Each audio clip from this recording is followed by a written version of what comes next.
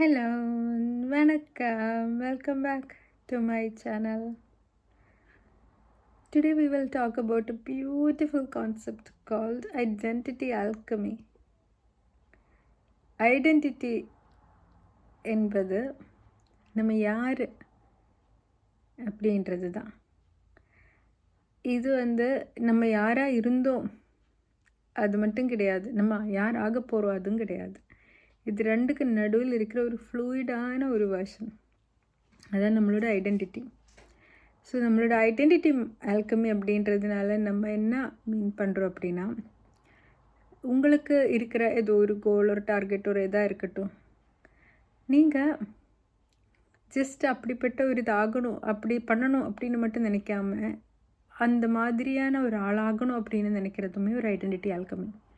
For example, waking up early, காலையில் எந்திரிக்கிற ஒரு ஆள் அப்படின்னு நீங்கள் நினைக்கிறீங்க.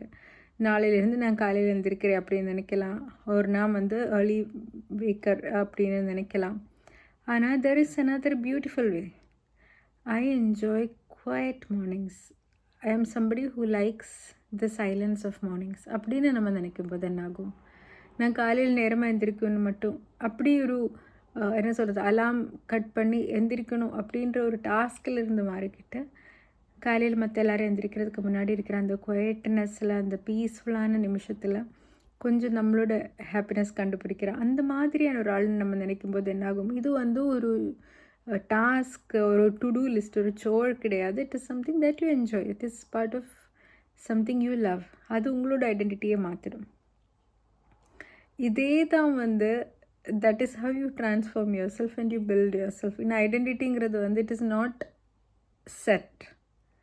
It is something you're always creating. எப்போவுமே நீங்கள் லைஃப்பில் எடுக்கிற ஒவ்வொரு சாய்ஸும் you are choosing a version of you. ஆனால் நம்மளுக்கு நிறைய வெர்ஷன்ஸ் இருக்குது. We are not just one set in stone thing. நமக்கு நிறைய வெர்ஷன்ஸ் இருக்குது. And whenever you choose any thing, you are choosing that version of you. நம்ம ரிப்பீட்டடாக என்னென்ன சூஸ் பண்ணுறோமோ அந்த version get strengthened. But at any given time you can make a different choice. அந்த capability உங்களுக்கு இருக்குது. And when you choose a different version of you, that becomes your identity. அந்த choice எப்போ வேணும் நீங்கள் எடுத்துக்கலாம். once you know this, it becomes easier. நான் இப்படி தான் அப்படின்னு நினைக்காம இப்போதைக்கு I am choosing to be like this, but I can change அப்படின்ற மென்டாலிட்டி வந்துடும். So if something else is suiting you better, இன்னொரு மாதிரிப்பட்ட ஆளாகிறது உங்களுக்கு இன்னும் நல்லா இருக்கும்னா நீங்கள் அப்படி மாறலாமே. You can always change that. அப்போது உங்களோட ஆஸ்பெக்ட்ஸ் ஆஃப் யுவர் பர்சனாலிட்டி, ஒரு யுவர் ருட்டீன், யுவர் ஹேபிட்ஸ் எல்லாம் மாற்றுறது, it becomes easier when you think I am the version of me that enjoys this அப்படின்னு நம்ம மாற்றிடலாம்.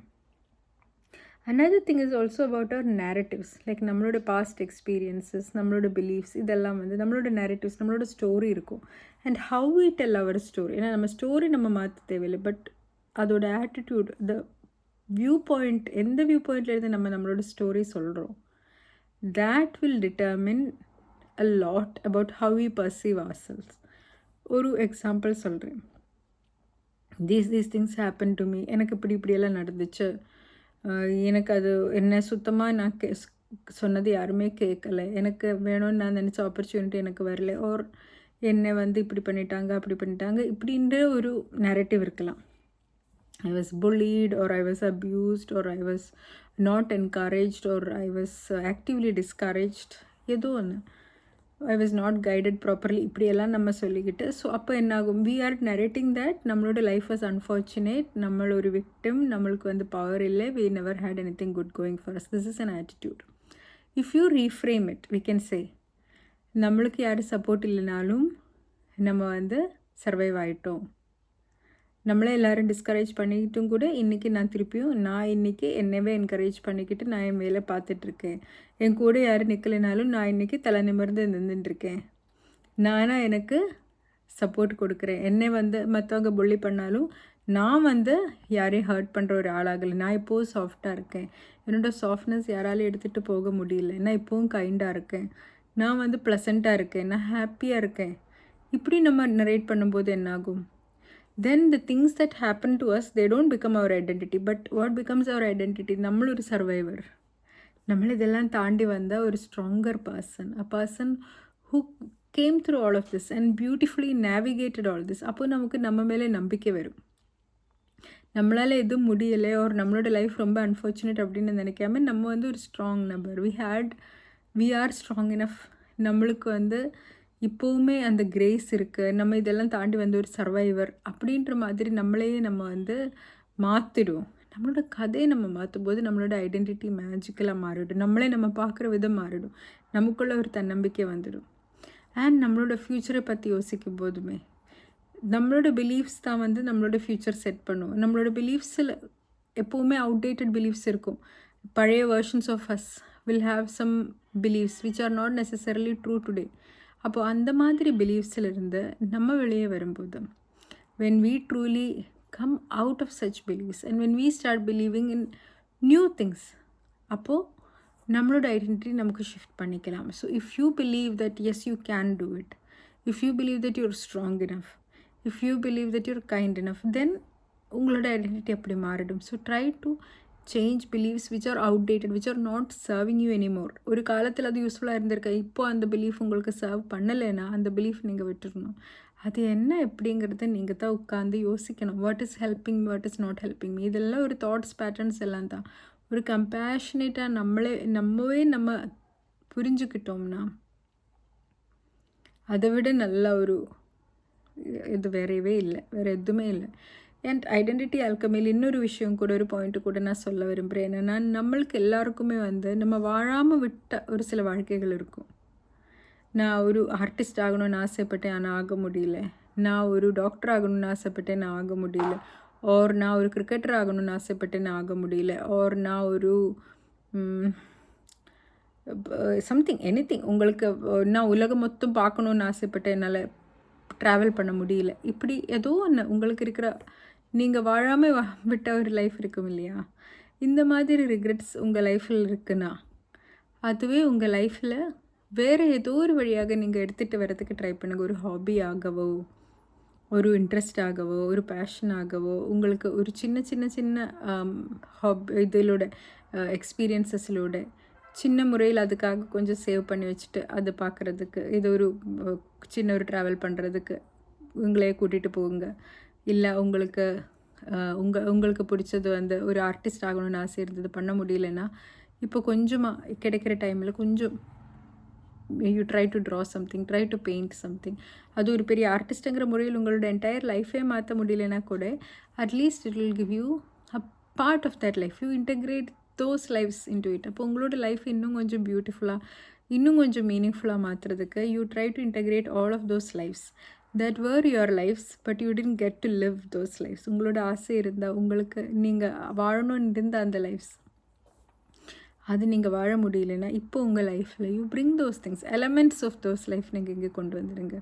If you couldn't be a doctor, ஆனால் doctor medicine படிக்கணும்னு உங்களுக்கு ஆசை இருந்ததுன்னா try to learn more about healing, more about what இந்த மாதிரி and alternate medicines or even medicines கூட, regular medicine கூட you can read all about it and you can incorporate healing into a part of you.